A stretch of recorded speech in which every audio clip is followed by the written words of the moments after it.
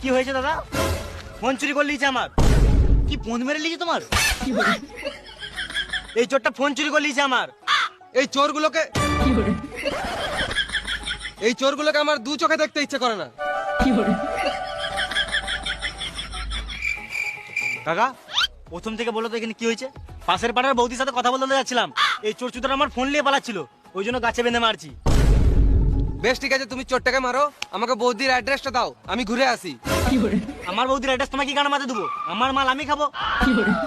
ও কি ভুল করেছে? এক মুঠো ভাতই তো খেয়েছে। তোমাদের এত বাজে মানসিকতা, এক মুঠো ভাতের জন্য ছেলেটাকে বেঁধে মারছো।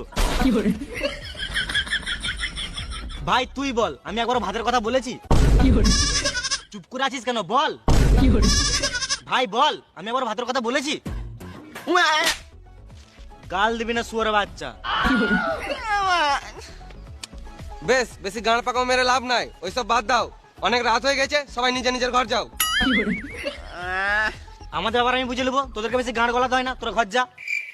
আমি কেন মরবো? তুই মর যা শুয়োরের বাচ্চা।